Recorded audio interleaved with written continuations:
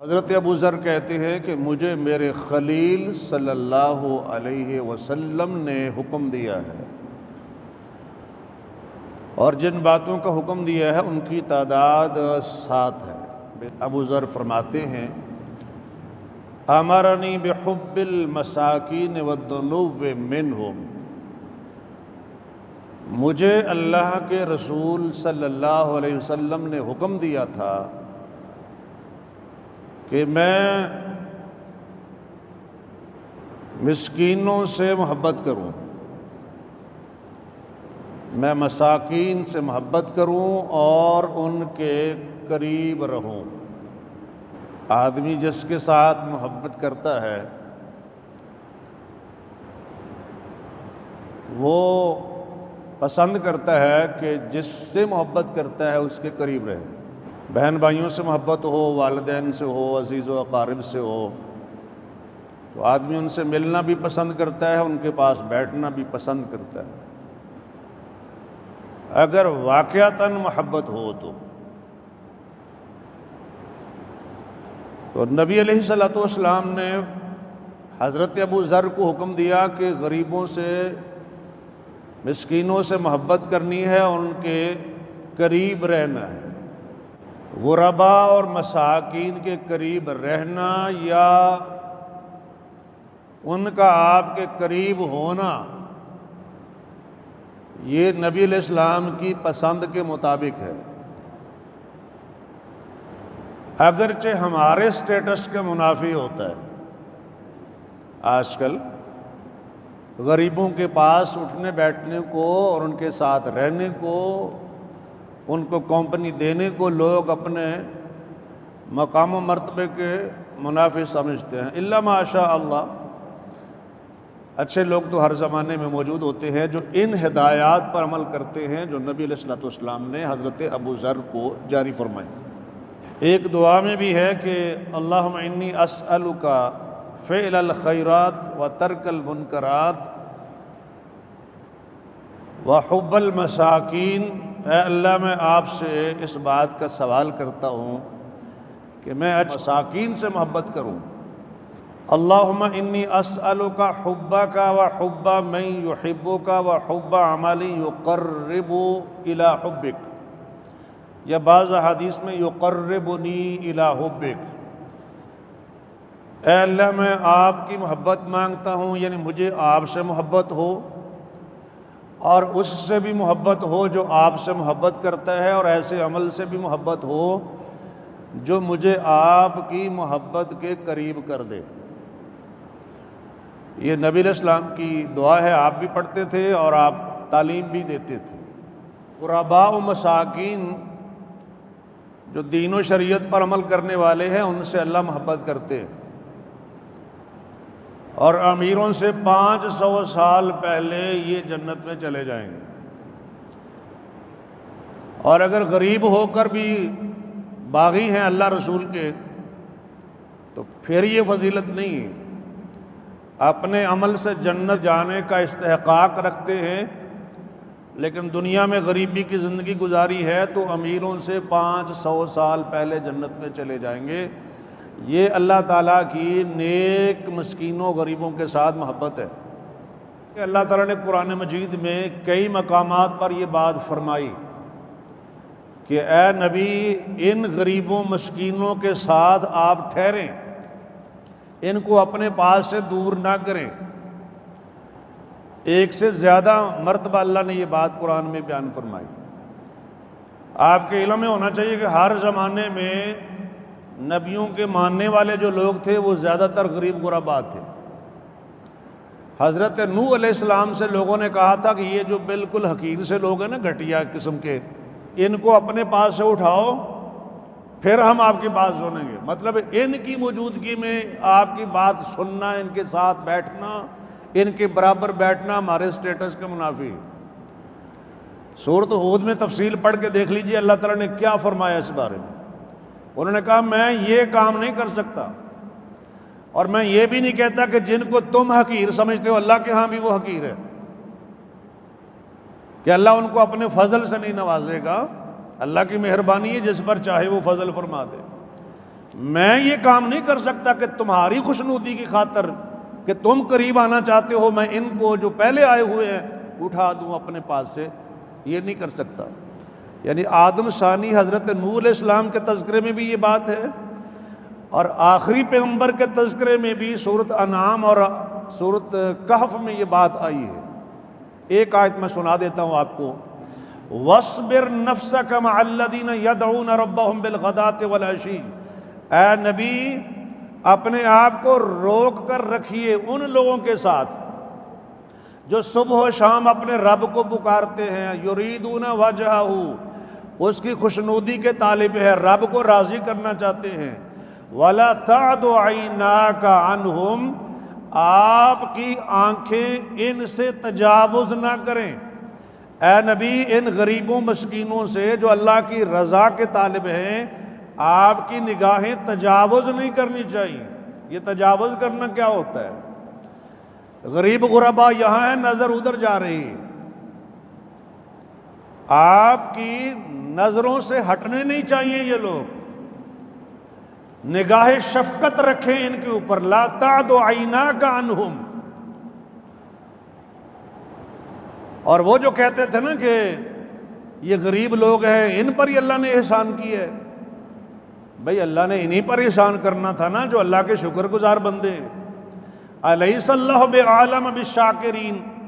اللہ کو نہیں پتہ ان لوگوں کا کہ کون ہے اس کے شکر گزار بندے؟ شکر گزاروں پر ہی اللہ اپنا فضل و احسان فرماتا ہے نا۔ یہ بڑے بڑے مکے کے چودھری جو اپنے سٹیٹس کے منافی سمجھتے ہیں غرباء کی موجودگی میں نبی کے پاس بیٹھنا، تو کوئی ضرورت نہیں ان کی۔ مزید تفصیل اگر آپ دیکھنا چاہیں تو سورۃ عبس پڑھ سکتے ہیں، اس میں یہی تھا کہ حضرت عبداللہ بن ام مکتوم جو نبینہ صحابی تھے، نبی پاک کے پاس موجود تھے، قریش کے بڑے بڑے لوگ آئے، اور جو بھی مبلغ داعی ہوتا ہے نا اس کی یہ خواہش ہوتی ہے، اس کا لالچ ہوتا ہے کہ جو با اثر لوگ ہیں سوسائٹی کے وہ اگر میرے ساتھ ہو جائیں گے تو دعوت دین کو بڑا فائدہ ہوگا، دین کو بہت فائدہ پہنچے گا اگر با اثر لوگ میرے ساتھ ہو جائیں۔ اس مقصد کے لیے آپ چاہتے تھے کہ اگر 2 منٹ کے لیے عبداللہ بن ام مکتوم کو سائڈ پر کر دیا جائے اور ان کو واعظ و نصیحت کر دیا جائے تو شاید بہتری ہو جائے، نیت تو اچھی ہے نا۔ اللہ تعالیٰ نے سورۃ عبس نازل فرمائی اور فرمایا کہ اے پیغمبر ہرگز ایسے نہیں کرنا۔ جو اللہ کا ڈر رکھنے والا اپنے جذبے سے آتا ہے، اس کا معاشرتی سٹیٹس جو بھی ہے اس کو اپنے پاس سے نہ اٹھائیے گا، یہ آ جائے تو ٹھیک ہے، نہ آئے تو پرواہ نہ کرو ان کی۔ ہمارے ہاں سوسائٹی میں الٹ پلٹ معاملات ہوئے، ان کا ذکر بھی میں تھوڑا سا اشارتاً کروں گا۔ اور اسی میں ایک چیز یہ بھی ہے کہ ایک آدمی اپنے بیٹے کی شادی کرتا ہے، ولیمہ کر رہا ہے، ولیمہ میں کس قسم کے لوگوں کو بلایا جاتا ہے؟ مثلا اگر گلبرگ ڈیفنس ماڈل ٹاؤن، جوہر ٹاؤن، یا اس قسم کے جو بعض علاقے ہیں وہاں پر اگر کسی بڑے شادی حال میں کوئی بڑے صاحب کوئی بڑے افسر ولیمہ کر رہے ہوں تو کن لوگوں کو بلائیں گے؟ مشاہدے میں یہ بھی آیا ہے کہ اپنے غریب رشتہ داروں کو بھی نہیں بلاتے ہیں، دوسرے غرباء کو بلانا، مساکین کو بلانا تو دور کی بات ہے، حقیقی سگے قریبی رشتہ دار ہوتے ہیں ان کو نہیں بلاتے ہیں کہ بڑے بڑے لوگوں کی موجودگی میں اگر ان لوگوں کو بلایا جو بالکل ان پڑھ قسم کے ہیں، غریب غرباء ہیں، دیہاتی ٹائپ کے بندے ہیں، تو ان کو یہاں بلائیں گے تو ہماری شان کے منافی ایک بات ہے۔ انسان سوچتا ہے، لوگ کر رہے ہیں اس وقت، میں مسلمانوں کا ذکر کر رہا ہوں، مسلمان ایسا کر رہے ہیں، لیکن سنیے ارشاد پیغمبر، فرمایا بئس الطعام طعام الولیمہ یدعا الیہا الاغنیاء ویترک الفقراء، تمام کھانوں میں سے سب سے برا کھانا وہ ولیمے کا کھانا ہے جس میں امیروں کو بلایا جائے اور غریبوں کو چھوڑ دیا جائے۔ اس کھانے سے بدتر کھانا اور کوئی نہیں ہو سکتا۔ اور یہ بات میں اپنی طرف سے نہیں کر رہا، متفق علیہ حدیث ہے، بخاری اور مسلم کی معتبر ترین حدیث ہے کہ اللہ کے رسول علیہ السلام فرماتے ہیں اللہ کے بندو ساری زندگی کے بعد ایک دفعہ لوگوں کو کھانا کھلانے لگے تھے، اس وقت بھی غریب یاد نہیں آئے، پھر کب کھلائیں گے آپ غریبوں کو اور کب یاد رکھیں گے غریبوں کو؟ کچھ اور طریقے بھی لوگوں نے اختیار کیے ہوئے ہیں، میں تفصیل میں جانے کا وقت نہیں ہے، بلکہ نبی علیہ السلام نے یہاں تک فرمایا ابغون الضعفاء، اگر کبھی مجھے آپ تلاش کرنا چاہیں، مجھ سے ملنا چاہیں تو مجھے غریبوں کے ہاں تلاش کرنا، کمزوروں کے ہاں، جو معاشرے کے ناتواں طبقے سے تعلق رکھتے ہیں وہاں مجھے فائنڈ کرنا۔ ابغون الضعفاء، اس کا مطلب یہ تھا کہ اللہ نے حکم دیا تھا نا کہ ان غریب غرباء کے پاس آپ نے اپنا زیادہ تر وقت گزارنا ہے، تو اگر گھر میں آپ کو میں نہیں ملا تو کہاں ہوں گا؟ غرباء کے پاس، غریبوں مساکین کی محفل میں مجھے آپ ڈھونڈیے۔ فرمایا انما تنصرون وترزقون بضعفائکم، صحیح بخاری حدیث نمبر 2896، تمہیں جو رزق ملتا ہے اللہ جو تمہاری مدد فرماتے ہیں تمہارے کمزوروں کی وجہ سے فرماتے ہیں، غریبوں مسکینوں اور معاشرے کے پسے ہوئے طبقات کی وجہ سے اللہ تمہیں رزق دیتے ہیں اور تمہاری مدد فرماتے ہیں۔ جن کی وجہ سے تمہیں رزق مل رہا ہے انہی کو دھتکار رہے ہو،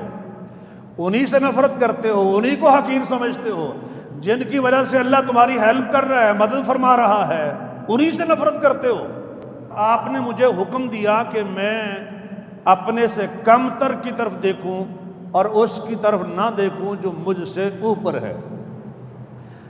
یہ دوسرا حکم تھا نبی علیہ السلام کا۔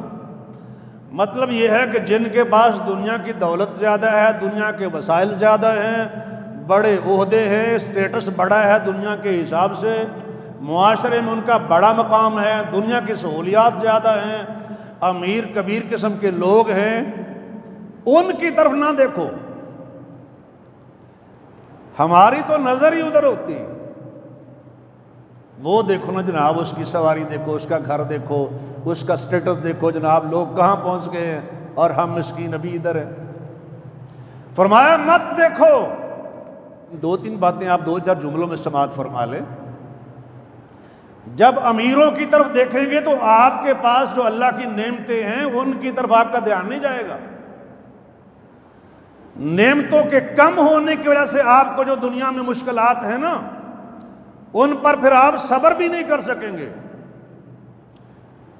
جو ملی ہوئی نعمتیں ہیں ان کا شکر ادا کرنے کی بجائے آپ اللہ کا مالک محسن حقیقی کا شکوہ کریں گے۔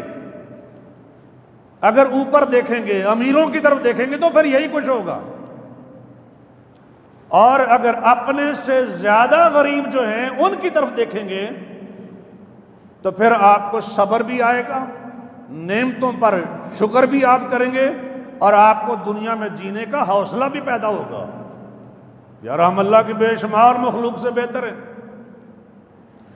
اگر ایک چھوٹا مکان ہونے کی وجہ سے کسی کو بڑی فیملی کی وجہ سے تنگی ہے تو پریشان ہوگا نا، لیکن مکان ذاتی ہے۔ ایک وہ ہے جس کے پاس اپنا مکان بھی نہیں، کرائے پہ رہ رہا ہے، اور دوسرا وہ ہے جو کرایہ بھی افورڈ نہیں کرتا، کھلے آسمان کی چھت تلے رہ رہا ہے۔ اعلی حاضر قیاس بے شمار اللہ کی مخلوق آپ کو ملے گی انسانوں میں سے جو آپ سے کہیں بڑھ کر غریب ہیں، اور ہر شخص کو ملیں گے ایسے لوگ، وہ جسمانی اعتبار سے ہوں یا مال و دولت کے حساب سے ہوں۔ ایک آدمی کی نظر کمزور ہے، پریشان ہے، اب جتنی ہے اس پر تو شکر ادا نہیں کرے گا نا، حالانکہ اصل یہ ہے کہ جتنی نظر ہے اس پر اللہ کا شکر ادا کرے، لیکن یہ تب کرے گا جب یہ نبینہ کو دیکھے گا۔ اللہ کا شکر ہے گزارا ہو رہا ہے، کام چل رہا ہے، دوسروں کا محتاج تو نہیں ہو، نظر کمزور ہے، کوئی ایسی بات نہیں ہے، اللہ کا فضل ہے کہ کچھ نظر تو ہے نا۔ تو یہ طریقہ بتایا نبی علیہ السلام نے، انظروا الی من هو اسفل منکم ولا تنظروا الی من هو فوقکم فهو اجدر الا تزدروا نعمت اللہ علیکم۔ اپنے سے غریبوں کی طرف دیکھنے کا فائدہ یہ ہوگا کہ تم اللہ کی نعمتوں کو حقیر نہیں جانو گے، اللہ کی نعمتوں پر تمہاری نظر ہوگی، نگاہ ادھر ادھر نہیں جائے گی۔ پھر اللہ نے جو آپ کو صحت کی شکل میں، صبح و شام کھانے کی شکل میں، امن و امان کی شکل میں، بیوی بچوں کی صورت میں، اور بہت سارے سپورٹرز کی شکل میں، اور بہت سارے ایسے لوگوں کی شکل میں جو آپ کے لیے دن رات دعائیں کرتے ہیں، آپ اللہ کے شکر گزار ہوں گے۔ اللہ کا بڑا فضل، بڑا احسان ہے۔ پھر بڑے بڑے حادثے بھی ہو جائیں تو انسان گھبراتا نہیں، ورنہ تو چھوٹا سا معاملہ ہو جائے تو بی پی لو ہو جاتا ہے اور وہیں گر پڑتا ہے۔ حوصلہ کیسے پیدا ہوتا ہے، یہ نسخہ دیا محمد الرسول اللہ صلی اللہ علیہ وسلم نے۔ البتہ نیکی کے معاملات میں، خیر کے معاملات میں ان لوگوں کی طرف دیکھنا چاہیے جو آپ سے زیادہ نیک ہیں، جو نماز کی زیادہ پابندی کرتے ہیں، جو آپ سے قرآن زیادہ تلاوت کرتے ہیں، جو غریبوں کا زیادہ آپ کے مقابلے میں خیال رکھتے ہیں، جو زیادہ نیک ہیں ان کی طرف دیکھیں، چونکہ ان کو فالو کرنا ہے، ان کو آئیڈیل بنانا ہے۔ نیکی کے سلسلے میں مقابلہ کریں دوسروں سے، فاستبقوا الخیرات، آگے بڑھنے کی کوشش کریں، لیکن یہ نہیں کہا کہ دنیا کی دولت کمانے میں مقابلہ کریں، دوسروں کے مقابلے میں زیادہ امیر بننے کی کوشش کریں، اپنے شریکوں اور دیگر رشتہ داروں کے مقابلے میں بڑی سہولتیں حاصل کرنے کی کوشش کریں، اور پھر دوسروں کو نیچا دکھانے کی کوشش کریں بڑا عہدہ لے کر۔ یہ نہیں کہا، مل جائے تو اللہ کا فضل احسان ہے، عاجزی باقی رہنی چاہیے۔ اصل یہ ہے کہ جو مقابلے کا فیلڈ ہے، جہاں پر کمپٹیشن ہے، وہ یہ ہے کہ نیکی میں، خیر میں، اچھائی کے کاموں میں، جنت کی تلاش میں مقابلہ کرنا چاہیے، یعنی صحت مندانہ مقابلہ جس کو آپ کہتے ہیں، حسد بغض کی بنا پر نہیں۔ وَفِي ذَلِكَ فَلْيَتَنَافَسِ الْمُتَنَافِسُونَ۔ جنت کی نعمتوں کا ذکر کرنے کے ساتھ اللہ نے فرمایا کہ مقابلہ کرنے والے یہاں مقابلہ کریں، حصول جنت میں، آخرت کی کامیابی اور آخرت کی کامرانی کے لیے کوشش کریں، اور دوسروں سے مقابلہ کریں، دنیا میں نہیں۔ وہ تو انسان کی ضرورت ہے، وہ جائز طریقے سے ایک محنت کوشش کرتا ہے انسان کرنی چاہیے، لیکن وہاں کوئی مقابلہ نہیں ہے، یا ملنے والی نعمتوں پر اترانا نہیں ہے، زیادہ دولت ملنے پر دوسروں کو حقیر نہیں سمجھنا۔ وہ تو ضرورت ہے انسان کی، لباس ضرورت ہے، کھانا پینا ضرورت ہے، رہائش ضرورت ہے، ضرورت کے لیے انسان محنت کرے، کوشش کرے، بس۔ حضرت ابو ذر فرماتے ہیں وَأَمَرَنِي أَنْ أَصِلَ الرَّحِمَ، اور مجھے اللہ کے رسول نے حکم دیا کہ میں صلہ رحمی کروں، وَإِنْ أَدْبَرَتْ، اگرچہ رشتوں کو توڑا جا رہا ہو، یعنی میری طرف سے رشتہ داروں کے ساتھ اچھا سلوک ہے، ادھر سے کوئی اچھا سلوک نہیں ہے، تو آپ نے حکم دیا کہ ادھر سے اچھا سلوک نہ بھی ہو پھر بھی تم کرو۔ ہم کہتے جناب گئے تھے، سیدھے منہ بولے نہیں ہے، کیا جائیں جی وہاں، تو پھر صلہ رحمی کدھر ہے؟ اس نے نیکی کی، آپ نے بھی کر دی، وہ تو آپ پر فرض تھا، حل جزاء الاحسان الا الاحسان، نیکی کا بدلہ سوائے نیکی کے اور کچھ ہوتا ہی نہیں ہے۔ صلہ رحمی تو یہ ہے کہ ادھر سے نیکی نہیں، ادھر سے کوئی ٹھنڈی ہوا نہیں ہے، ادھر سے ٹھنڈی ہوا کا جھونکا جائے، تو یہ ہے اصل میں صلہ رحمی۔ ایک صحابی نے عرض کیا تھا نبی علیہ السلام سے کہ میرے رشتہ دار ہیں، میں ان سے اچھا سلوک کرتا ہوں، میں صلہ رحمی کرتا ہوں، وہ قطع رحمی کرتے ہیں، میں اچھا سلوک کرتا ہوں، وہ برا سلوک کرتے ہیں، میں تحمل کا مظاہرہ کرتا ہوں، بردباری کا، لیکن وہ اکھڑ پن کا اور جلد بازی کا اور جہالت کا مظاہرہ کرتے ہیں میرے خلاف۔ فرمایا اگر ایسی ہی بات ہے جیسے آپ کہہ رہے ہیں، فَكَأَنَّمَا تُصِفُّهُمُ الْمَلَّةُ، گویا کہ آپ ان کے منہ میں گرم راکھ ڈال رہے ہیں، اور پھر اللہ کی طرف سے ان کے خلاف مسلسل ایک مددگار مقرر رہے گا، ما دمت علی ذالک، جب تک آپ اس حالت میں رہیں گے۔ رشتہ داروں کا یہ سلوک اور آپ کا یہ سلوک جب تک رہے گا، اللہ کی طرف سے آپ کا ایک مددگار مقرر رہے گا، ایک ہیلپ کرنے والا اللہ کی طرف سے مقرر کر دیا جاتا ہے۔ اور یہ جو بات ہے نا کہ آپ ان کے منہ میں گرم راکھ ڈال رہے ہیں، ان کے اس رویے کی وجہ سے ان کو تکالیف کا سامنا کرنا پڑے گا، لیکن تمہارے اوپر اللہ کا فضل اور احسان ہے، تم ٹینشن نہ لو۔ اور اس میں موٹا سا اصول یہی ہوتا ہے کہ معاملے کو اللہ کا سپرد کر دیں اور پھر اپنے آپ کو درمیان سے نکال دیں۔ اس نے میرے ساتھ کیا، میں نے نہیں کرنا، معاملہ اللہ کے سپرد ہے، اللہ جانے اور اللہ کا کام۔ اور یہ رویہ بھی غلط ہے کہ معاملہ جی اللہ کے سپرد اور پھر خود انتقام لے رہے ہیں، یہ بھی ٹھیک نہیں ہے۔ بھئی معاملہ جب اللہ کے سپرد کیا ہے، اور جو چیزیں اللہ کے سپرد ہوتی ہیں وہ ضائع نہیں ہوتی۔ لا تضیع ودائع، سفر پر جاتے ہیں یا کسی مسافر کو الوداع کرتے ہیں، اس وقت بھی یہ کلمات ہیں کہ میں اس اللہ کے سپرد آپ کو کرتا ہوں جس کے سپرد کی ہوئی امانتیں ضائع نہیں ہوتی۔ تو جب معاملہ اللہ پہ چھوڑ دیا تو پھر نکال دیں ٹینشن، اس نے یہ کہا، وہ اس نے تنگ کیا، وہ یہ باتیں کر رہا تھا، فلاں میرے خلاف چال چل رہا تھا، وہ مجھے نکلوانے کی کوشش کر رہا ہے، اس نے مجھے نکال دیا ہے، اس نے خرابی پیدا کر دی ہے، اس کی وجہ سے میری کرسی نہیں رہی، یہ کون ہوتے ہیں؟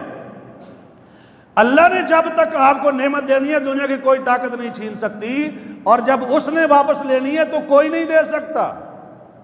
یہ عقیدہ ہے مسلمان کا، وجہ کوئی بھی ہو، کسی نے ناجائز کیا ہے تو وہ اللہ کے ہاں جواب دہ ہوگا، لیکن تمہیں یہ سمجھنا چاہیے کہ تمہارے اوپر جو آزمائش آئی ہے یا جو بھی معاملہ ہوا کہ نعمتیں کم ہوئی ہیں، چھن گئی ہیں، اللہ کی رضا اسی میں تھی۔ کبھی عبرت کے لیے بھی ہوتا ہے، وہ دوسرا پہلو پھر کبھی عرض کروں گا۔ وَأَمَرَنِي أَلَّا أَسْأَلَ أَحَدًا شَيْئًا، اور آپ نے مجھے یہ بھی حکم دیا تھا کہ میں کسی سے کچھ بھی نہ مانگوں، کسی سے کسی چیز کا بھی سوال نہ کروں۔ ہم تو کرتے ہیں نا، کسی سے کوئی چیز مانگ لی، کسی سے کوئی چیز مانگ لی، پیشہ ور مانگنے والے بھی ہیں، لیکن ابو ذر سے فرمایا کہ تم نے کسی سے کوئی بھی چیز نہیں مانگنی، کسی چیز کا سوال نہیں کرنا تم نے۔ اللہ اکبر۔ اور اسی وجہ سے قرآن مجید میں ہے کہ جو سوال نہیں کرتے ہیں نا، پیچھے پڑھ کے نہیں مانگتے ہیں، سفید پوش ہیں، حقدار بھی ہیں، لا یسألون الناس الحافا، لوگوں کے پیچھے پڑھ کے نہیں مانگتے ہیں، ان پر خرچ کرو اپنے مال کو، ڈھونڈو ان کو، تلاش کرو، ایسے لوگ ملے سفید پوش جو لوگوں کے آگے دست سوال دراز نہیں کرتے، قناعت پسند ہے، مانگتے نہیں ہیں لیکن حقدار ہیں، اور ان کے چہروں سے، ان کی زندگی کے شب و روز سے ظاہر ہوتا ہے کہ یہ حقدار ہے۔ یحسبهم الجاہل اغنیاء من التعفف، اور جس آدمی کو حالات کا پتہ نہیں ہوتا وہ ان کو امیر سمجھتا ہے، یہ تو سیٹھ لوگ ہیں، غریب لوگ نہیں ہیں۔ نادان لا علم آدمی سمجھتا ہے کہ یہ تو امیر لوگ ہیں، حالانکہ وہ امیر ہوتے نہیں ہیں۔ ان کی قناعت کی وجہ سے، ان کی خودداری کی وجہ سے، ان کی جو سیلف ریسپیکٹ ہے اس کی وجہ سے وہ سوال نہیں کرتے۔ ایسے لوگوں کو ڈھونڈنا اور پھر ان کی خدمت کرنا یہ حکم ہے۔ حضرت حکیم بن حزام نبی علیہ السلام کے پاس آئے تھے، 3 بار آئے، آپ سے مال مانگا، آپ نے دے دیا، پھر آئے، آپ نے پھر دے دیا، پھر سوال کیا، تیسری بار آئے تو آپ نے پھر دے دیا، اور ساتھ فرمایا حکیم یہ مال بڑا سرسبز و شاداب ہے اور بڑا میٹھا ہے، جو اس کو لیتا ہے بے سخاوت نفس، لالچ کے لیے نہیں، ٹھیک ہے مل گیا تو ٹھیک ہے، نہ ملا تو پھر بھی کوئی مسئلہ نہیں، بے سخاوت نفس، فرمایا اس کو اللہ تعالیٰ برکت عطا فرماتے ہیں، اس کے مال میں برکت دی جاتی ہے۔ وَمَنْ أَخَذَهُ بِإِشْرَافِ نَفْسٍ، اور جو لالچ کی وجہ سے لیتا ہے یا امیر بننے کے لیے لیتا ہے اس کے مال میں برکت نہیں کی جاتی۔ وَكَانَ كَالَّذِي يَأْكُلُ، اس کی حالت اس شخص کی طرح ہوتی ہے جو کھاتا تو ہے وَلَا يَشْبَعُ، لیکن اس کا پیٹ نہیں بھرتا، کھائے جا رہا ہے، کھاتا جا رہا ہے لیکن سیر نہیں ہو رہا۔ اس کی حالت یہ بنتی ہے جو امیر بننے کے لیے جو مال کا لالچ رکھتے ہوئے لیتا ہے، جو ضرورتاً اگر کہیں سوال کرنا بھی پڑتا ہے تو وہ ضرورت کے لیے سوال کر لیا، لیکن وہ حریص اور لالچی نہیں ہے، امیر بننے کے لیے ایسا نہیں کر رہا، اس کا بزنس نہیں ہے۔ الید العلیٰ خیر من الید السفلیٰ، جو اوپر والا ہاتھ ہے وہ نیچے والے سے بہتر ہے، دینے والا ہاتھ لینے والے ہاتھ سے بہتر ہے۔ یہ آپ نے حکیم بن حزام مولود کعبہ سے بات بیان فرمائی تھی، اور یہ بھی فرمایا کہ کسی سے کوئی سوال نہیں کرنا۔ حضرت حکیم کہتے ہیں یا رسول اللہ والذی بعثک بالحق، اس ذات کی قسم جس نے آپ کو حق کے ساتھ بھیجا ہے، میں اس کے بعد ساری زندگی کسی سے کوئی چیز نہیں لوں گا۔ یہ سوال کرنے والی بات ختم ہو گئی، اور آپ نے فرمایا جو شخص پیشے کے طور پر سوال کرتا ہے قیامت کے دن اس کے چہرے پر کوئی گوشت نہیں ہوگا، اور جو امیر ہونے کے لیے سوال کرتا ہے، مانگتا ہے، گویا کہ وہ آگ کا انگارہ مانگتا ہے، اور آپ نے فرمایا جو مجھے اس بات کی ضمانت دیتا ہے کہ کسی سے کچھ نہیں مانگے گا، میں اسے جنت کی ضمانت دیتا ہوں۔ حضرت ثوبان رضی اللہ تعالیٰ عنہ عرض کرتے ہیں یا رسول اللہ میں حاضر ہوں، میرے لیے آپ نے جنت کی ضمانت دے دی ہے، میں کسی سے کوئی بھی سوال نہیں کروں گا۔ اسی لیے جب نبی علیہ السلام نے صحابہ کرام سے بیعت لی تھی کہ تم نے لوگوں سے کچھ نہیں مانگنا، تو وہ سواری کے اوپر بیٹھے ہوئے ہیں، ان کی سٹک نیچے گر جاتی ہے، لوگ نیچے موجود ہیں، کسی سے کہتے نہیں یہ سٹک پکڑوا دینا، یہ لاٹھی پکڑا دینا، سواری سے اتر کر اپنی لاٹھی خود اٹھاتے تھے، اس لیے کہ انہوں نے نبی پاک کے ہاتھ پر بیعت کی تھی کہ کسی سے کوئی سوال نہیں کرنا۔ فرماتے ہیں اللہ کے رسول نے مجھے حکم دیا ان اقول بالحق وان کان مرا، کہ میں ہر حالت میں حق بات کروں اگرچہ وہ سچ کڑوا ہی کیوں نہ ہو۔ سچ کڑوا نہیں ہوتا، لیکن جھوٹ سن سن کے، باطل سن سن کے جن کے کانوں کا ذائقہ تبدیل ہو جاتا ہے، جن کی طبیعتیں خراب ہو چکی ہوتی ہیں، فطرتیں مسخ ہو جاتی ہیں، ان کو پھر سچ کڑوا لگتا ہے۔ فرمایا اگرچہ سچ لوگوں کو کڑوا ہی کیوں نہ لگے، آپ نے ہر حالت میں حق بات کہنی ہے۔ اور قرآن نے کہا قولوا قولا سدیدا، ہر حالت میں سیدھی اور سچی بات کیا کرو، تواصوا بالحق وتواصوا بالصبر۔ اور قرآن میں یہ بھی ہے وَأَكْثَرُهُمْ لِلْحَقِّ كَارِهُونَ، لیکن اکثر لوگ حق کو پسند نہیں کرتے۔ اکثر لوگوں کی حالت یہی ہوتی ہے کہ وہ حق کو اچھا نہیں سمجھتے ہیں۔ ظاہر ہے کہ جب آپ حق کہیں گے، سچی بات کہیں گے، تو لوگ آپ کی مخالفت کریں گے، پھر آپ نے یو ٹرن نہیں لینا، پھر آپ نے استقامت کا مظاہرہ کرنا ہے، پھر آپ نے ڈٹے رہنا ہے کہ آپ کا موقف درست تھا۔ فرمایا کہ آپ نے مجھے یہ حکم دیا امرنی اللہ اخاف فی اللہ لومۃ لائم، کہ میں اللہ کے بارے میں کسی ملامت کرنے والے کی ملامت کا خوف نہ رکھوں۔ کہتے ہیں لوگ کیا کہیں گے، میں یہ بات کروں گا، یہ عمل کروں گا، یہ سچ بولوں گا تو لوگ باتیں بنائیں گے، لوگ دین پر عمل نہیں کر رہے، میں اگر کروں گا تو لوگ میرا مذاق اڑائیں گے۔ ہوتا کہ نہیں ہوتا؟ فرمایا تم نے کسی ملامت کرنے والے کی ملامت کا خوف نہیں رکھنا۔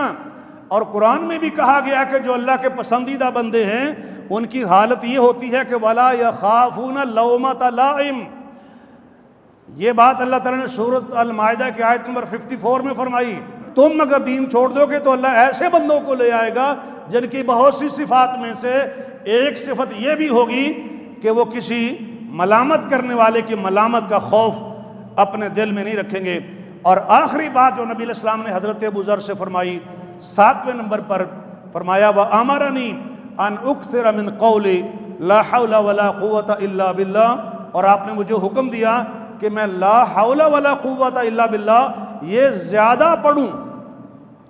کثرت کے ساتھ پڑھوں۔ یہ ہم بعض اس کا وظیفہ کرتے ہیں، ورد کرتے ہیں، لیکن کثرت نہیں ہوتی۔ ہمارے استاد محترم تھے ڈاکٹر عبدالرشید رحمۃ اللہ علیہ، جب بھی کبھی حاضری کا موقع ملتا ان کے پاس اسلام آباد میں، تو اکثر و بیشتر گفتگو کے دوران میں وہ لا حول ولا قوت الا باللہ کہتے تھے۔ حکم کیا ہے؟ کثرت سے پڑھنا ہے۔ یہ صرف شیطان کو بھگانے کے لیے نہیں ہے، یہ اللہ کا شکر ادا کرنے کے لیے بھی ہے کہ اللہ کی توفیق کے بغیر میں نیکی بھی نہیں کر سکتا، اور اللہ کی توفیق کے بغیر میں بدی سے بھی نہیں بچ سکتا۔ اللہ گناہ سے، نافرمانی سے بچائے تو بچ سکتا ہوں، وہ نیکی کی توفیق دے تو کر سکتا ہوں، اس کے علاوہ میں کچھ نہیں۔ یہ ہے اصل میں لا حول ولا قوت الا باللہ۔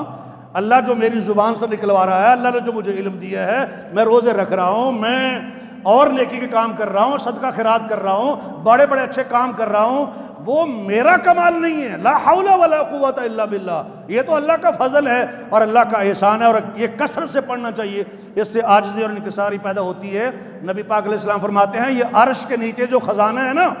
اللہ کے عرش کے نیچے خزانہ ہے نا، اس خزانے میں سے یہ وظیفہ اللہ تعالیٰ کی طرف سے دیا گیا ہے۔